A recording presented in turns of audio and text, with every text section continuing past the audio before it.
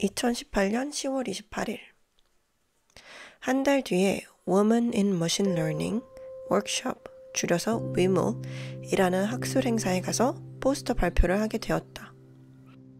WIML은 인공지능 분야의 할리우드와 같은 NIPS라는 학회와 같은 장소에서 같은 기간에 벌어지는 행사이지만 NIPS와 연계된 행사는 아니다. 그런데 NIPS 홈페이지의 Diversity and Inclusion 페이지에 들어가 보면 NIPS가 Women in Machine Learning 뿐만 아니라 Black in AI, Queer in AI, Latinx in AI 워크숍을 만들었다고 써있다. 내가 만들었지만 나랑 관련은 없다. 이게 무슨 소리인가?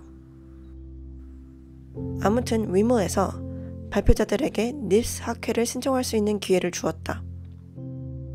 이런 기회가 또 언제 있겠나 싶은 마음에 냉큼 학회 등록비를 냈다. 하지만 왠지 현타가 온다.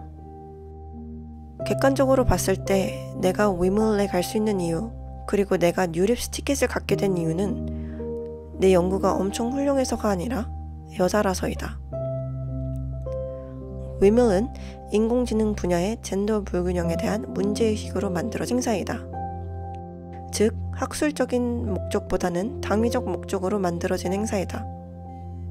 그곳에서 나에게 기대하는 역할은 인공지능에 대해 이야기하는 여성이다.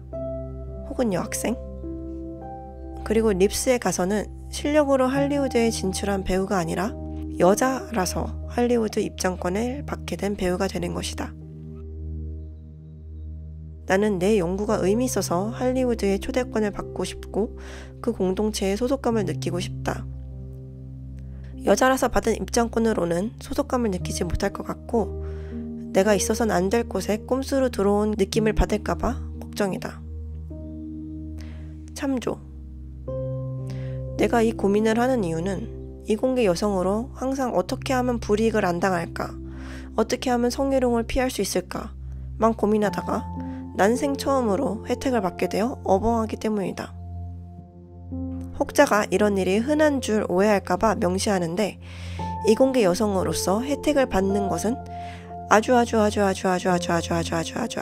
드문 일이다. 아니, 다시 생각해보니 혜택이라는 단어는 적합하지 않다. 그럼 무슨 단어를 써야 하지? 나에겐 언어가 필요하다. 3조 2. 글을 써보고 내 생각에 문제가 있다는 것을 깨달았다. 위물은 불균형을 깨기 위한 시도이고 그 시도에는 여성의 얼굴이 필요해서 나를 부른 것이다. 나는 감사히 그 역할을 다하면 된다.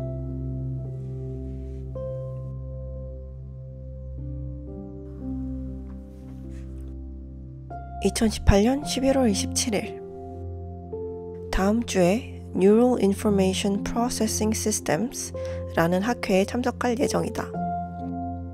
이 긴 이름을 가진 학회는 줄여서 NIPS라고 불렸었다. 그런데 얼마 전부터 이 학회를 부르는 약어가 NeurIPS로 바뀌었다.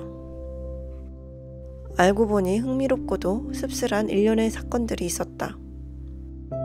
NIPS는 젖꼭지를 일컫는 니플의 속어이기도 한데 과거에 학회장에서 참가자들이 말장난이랍시고 성희롱적 발언을 했었나 보다. 그 성희롱적 농담들은 주로 여성을 성적 대상화하는 내용이었다고 한다.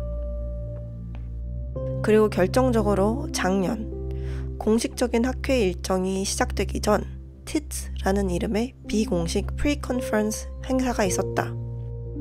TITS는 여성의 가슴을 성적으로 비하하는 용어이다. 이 행사 웹사이트는 아직도 존재하는데 들어가 보면 어지러운 파란색 배경에 알 수 없는 코드가 번쩍이고 두 백인 남성의 머리가 동동 떠다닌다. 아주 어지럽고 크리피하다. 당연히 사람들이 문제를 제기했고 이 어이없는 사건들의 원인을 NIPS라는 약어에서 찾았다. 그래서 약어를 바꾸자는 말이 나왔고 의견이 엎치락뒤치락 하다가 결국 지금의 약어인 NeurIPS가 되었다. 이름을 바꾸는 데에는 칼텍 교수이자 엔비디아 인공지능팀 연구원인 아니마 아난드 쿠마의 해시태그 프로테스트니프스 트위터 운동과 온라인 청원 운동이 결정적인 역할을 한 것으로 보인다. 대체 이 커뮤니티의 젠더 감수성이 어느 정도이길래 학회 관련 행사를 티츠라고 부를 상상을 했는지.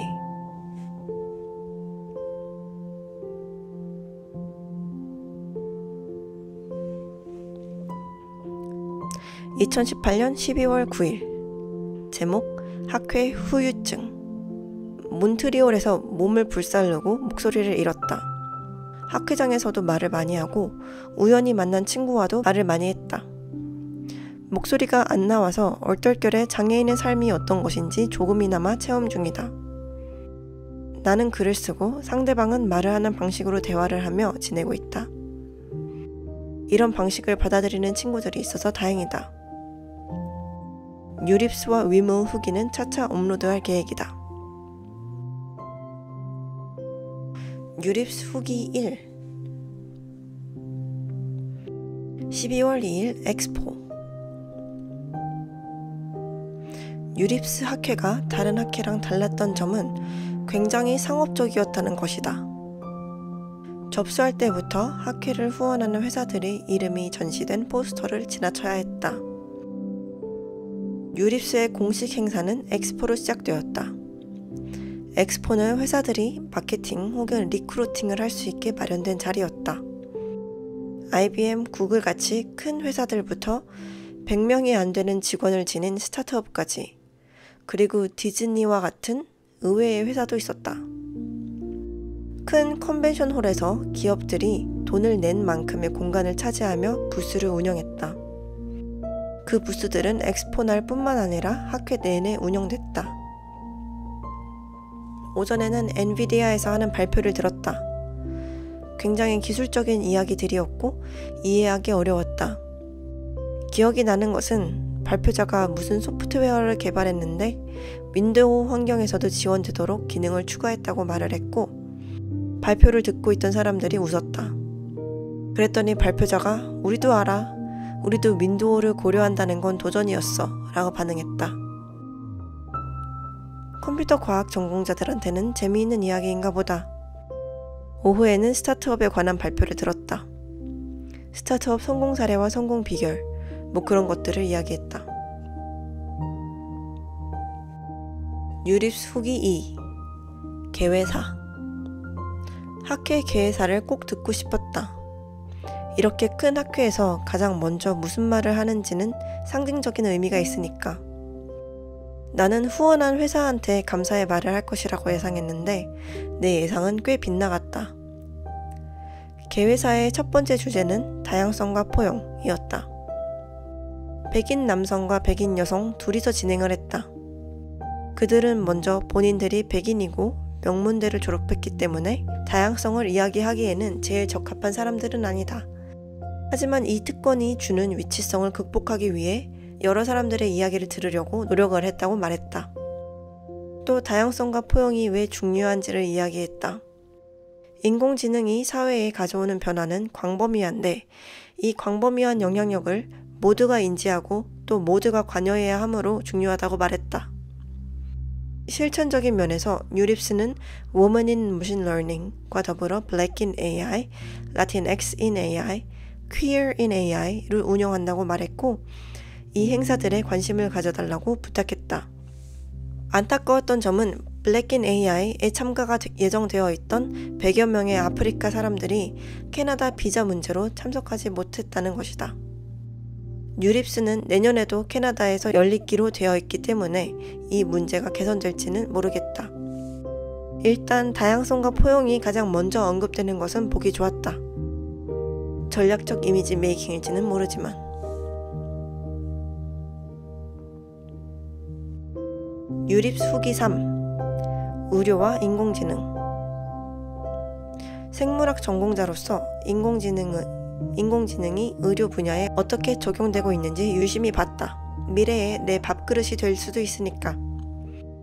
파악한 바로는 크게 두 방향으로 진행되고 있는 것 같다. 1. 의료 영상에 인공지능을 적용해서 영상의학 전문의를 보조하거나 대체하려는 움직임.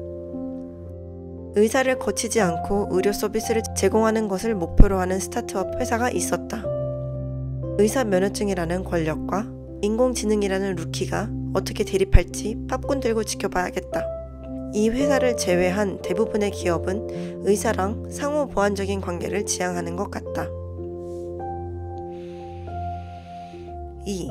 기존의 생물학적 지식과 데이터를 인공지능에 학습시켜 신약 개발을 하겠다는 움직임.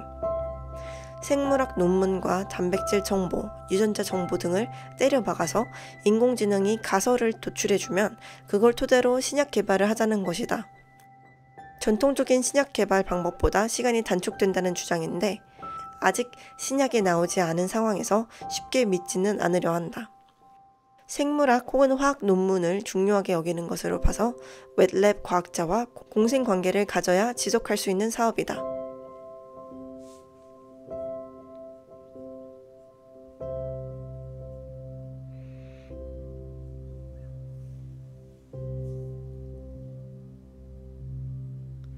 유립 수기사. 몬트리올에서 만난 사람들은 모두 인공지능에 대해 흥분해 있었다. 인공지능으로 질병을 치유하고 운전을 자동화해서 사고를 줄이고 물리학에 적용해서 세상을 설명하고 그들에게는 인공지능은 선이었다. 독일에 돌아오니 동네에 인공지능 관련 시설이 들어서는 것을 반대하기 위해 대학교 건물을 점거하고 시위하는 사람들이 있다. 그 사람들에게는 인공지능은 악이다. 극명한 온도차, 변화에 대응하는 서로 다른 방식.